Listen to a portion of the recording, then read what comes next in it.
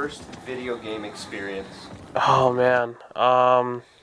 First video game experience. I think the first game was on the Atari. My dad has a very old Atari, and that's when I started playing games. Didn't really fall in love with it until about the Game Boy Advance. That was my first ever gaming device that I got. My first real video game experience, I'd say, was playing Duke Nukem back in the day. It was at the Nintendo 64, I believe. I remember getting that, and that's when I really started playing a lot more games. And it just evolved from there. Like, it was like PSP, PS Vita, PlayStation. So yeah, I grew up alongside PlayStation a lot. So, you know, it's gonna sound kind of weird because technically, right off the bat, Halo is my favorite franchise. But if you ask me which game is my favorite, that's when it becomes a bit more of a difficult task. Gary's Mod. So streaming essentially is the concept of, I like to call it a live taping. It's pretty much just like a very extended, uncut YouTube video. And you can chat in, you can talk to these guys that are playing. It's pretty interactive depending on who's streaming. Maybe you choose not to interact with your audience Sorry. too much, and you'd rather choose to create a dialogue about a topic that's important to you, or based around the game that you're playing and what have you. I think it's eventually going to happen. I think it's the new form of reality TV, if you will. No, wait! No! I can push it off. No, I can't! You can! You there. But this is an art in a way.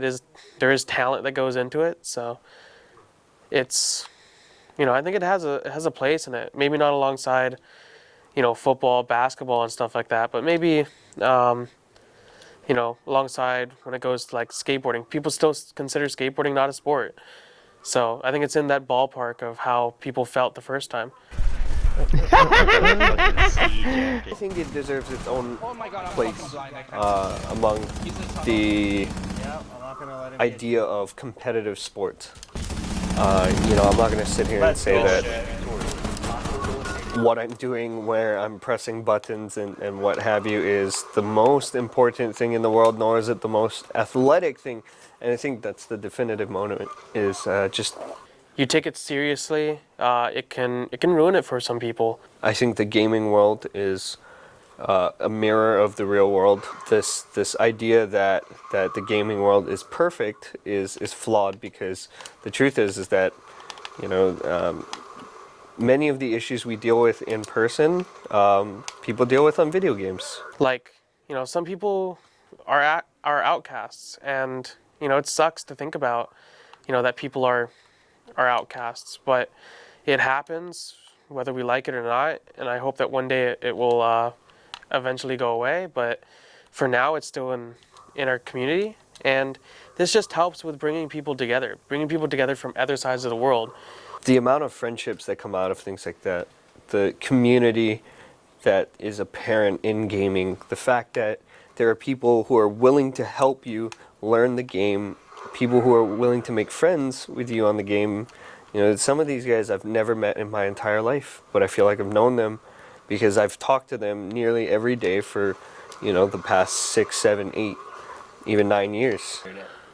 Oh, I think it's going to be taking over a lot of things. It's already taken over my life to a point where I don't even watch TV or Netflix really anymore. I'm not a huge movie buff or anything like that. Yeah, I do. I genuinely feel that content creation has its own world that it's shaping and forming.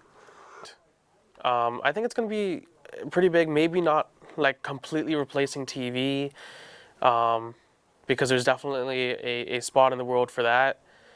I find watching streams entertaining. I find other people's streams entertaining because that's exactly what they are. They're entertainment, and they deserve to be treated as such.